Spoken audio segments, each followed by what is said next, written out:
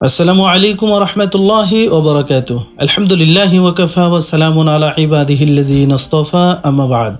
সম্মানিত দর্শক শ্রোতা, প্রিয় দিনী ভাই বোন, আশা করি আপনারা সকলে ভালো আছেন। আমিও আলহামদুলিল্লাহ ভালো আছি। এই ভিডিওতে উপস্থিত হয়েছি একটি বিষয় নিয়ে।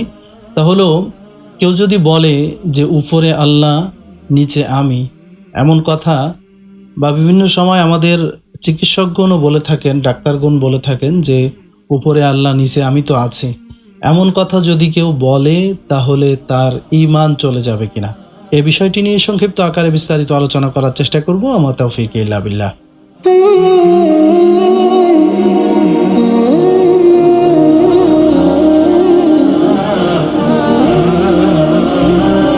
তো শরীয়তের আলোকে এমন কথা বলা জায়েজ নেই।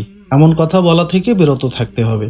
এমন কথা বললে ঈমান চলে যাওয়ার আশঙ্কা রয়েছে। সুতরাং এমন কথা বলা থেকে আমরা অবশ্যই বিরত থাকব। এমন কথা যেন আমরা ভুলেও না বলি, কারণ আমাদের সব কিছু করনেওয়ালা আমাদের মালিক, আমাদের মহান প্রভু রব্বুল আলামিন, আমাদের আল্লাহ আমাদের সব কিছু করে থাকেন।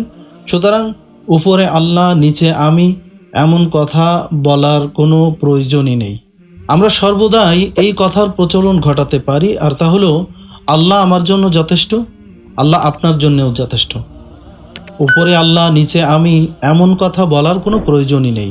আর এমন কথা বলা থেকে আমাদের অবশ্যই বিরত থাকতে হবে, কারণ এমন কথা বলার মাধ্যমে ঈমান চলে যাওয়ার আশঙ্কা রয়েছে। সুতরাং এমন কথা যেন আমরা কখনোই না বলি। আমরা সঠিকটা প্রচলন ঘটানোর চেষ্টা করি যে আমার জন্য আপনার জন্য আল্লাহই যথেষ্ট।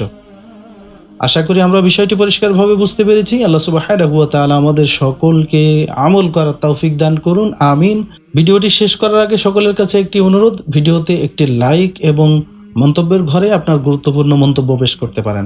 আপনার লাইক এবং কমেন্ট এই ভিডিওটি আরেকজন মুসলিম ভাই বোনের কাছে পৌঁছাতে গুরুত্বপূর্ণ ভূমিকা রাখবে ইনশাআল্লাহ। জাযাকাল্লাহু খাইরান। আসসালামু আলাইকুম ওয়া রাহমাতুল্লাহি ওয়া বারাকাতুহু।